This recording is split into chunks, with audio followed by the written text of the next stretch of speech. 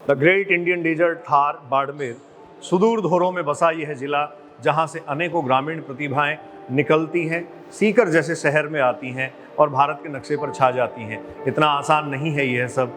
कैसे अभावों में जीने वाले इन लोगों ने, इन बच्चों ने सफलता के झंडे गाड़े। धुंधली आंखों में सपने लेकर ये होनहार जब चले तो इन्हें मंजिल का पता नहीं था, लेकिन हाँ जुनून था। एक यह बात अपने आप में इनके अंदर थी कि कुछ कर गुजरना है, वो कर दिखाना है जो कभी कोई करने की सिर्फ सोच पाता है। नीट 2022 के परिणामों में गुरु कृपा ने 1647 सिलेक्शन दिए। ये क्लासरूम से सेलेक्टेड सभी बच्चे अलग अलग जगहों से आए थे, अलग अलग क्षेत्रों से ये पहुंचे थे, लेकिन इन सब में एक खास बात थी, इन सबको अपनी मंजिल को पाने की ललक इनके दिल में थी। ये स्पिरिट इनके अंदर थी कि कहीं ना कहीं कुछ अच्छा हमें कर गुजरना है। धोरों से निकली ये प्रतिभाएं यहाँ तक पहुँची। इनके पहुँचने में संस्थान का भी बड़ा रोल रहा। इकोनॉमिकली सपोर्ट किया गया। माता पिता मजदूरी करते थे, बहुत कम फाइनेंशियल सोर्सेज थे, इनकम बहुत कम थी, लेकिन फिर भी इन्होंने अपने हौसले को बनाए रखा और ये हौसला इनको देश भर के प्रतिष्ठित मेडिकल संस्थानों जैसे एम्स और जिपमेर में सम्मिलित कर गया, वहाँ स्थापित कर गया। जिपमेर और एम्स जैसे संस्थानों की अगर आप बात करें तो आपको जानकर बहुत बड़ा ताज्जुब होगा।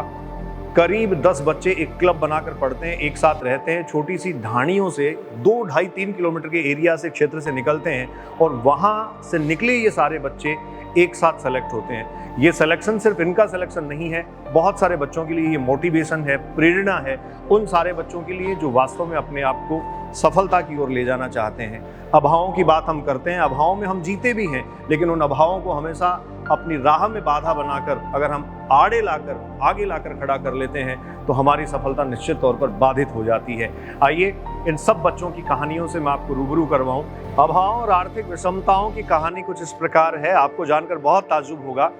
ऑल इंडिया कोटे की पहले राउंड की काउंसलिंग, दूसरे राउंड की काउंसलिंग में कॉलेज बच्चों को मिल जाता है, लेकिन इन्होंने गवर्नमेंट मेडिकल कॉलेजेस को सिर्फ इसलिए स्किप किया, फीस ज़्यादा देनी पड़ रही थी।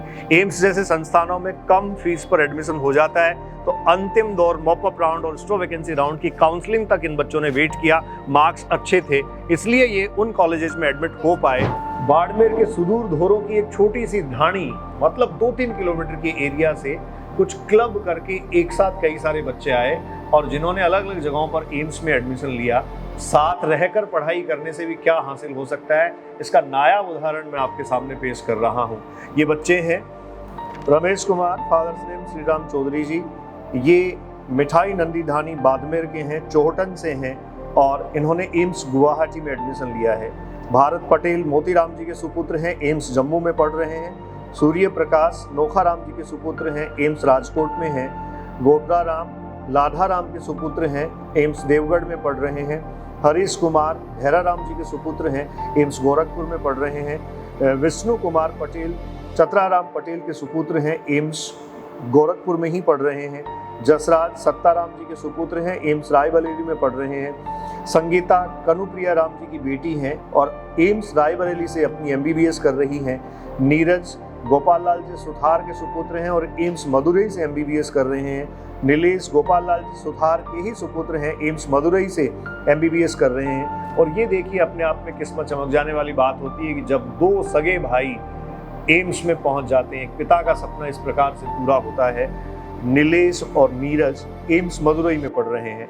मदन लाल सावल राम जी के सुपुत्र हैं और ये जिपमेर में अध्ययन कर रहे हैं। तो इस प्रकार बाड़मेर के धोरों के इन बेटे बेटियों की ये कहानी निश्चित तौर पर हम सबको प्रेरणा देने वाली है।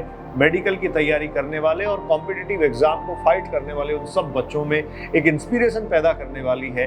उनको उस मुकाम तक पहुंचाने के लिए पर्याप्त है जो किसी मुकाम पर पहुंचने से ही पहले, मंजिल तक जाने से पहले आने वाली बाधाओं का जिक्र करके हताश हो जाते हैं। मैं MM बलडोदिया गुरु कृपा के डिजिटल प्लेटफॉर्म से आपसे मुखातिब हो रहा था। बहुत बहुत धन्यवाद। नमस्कार।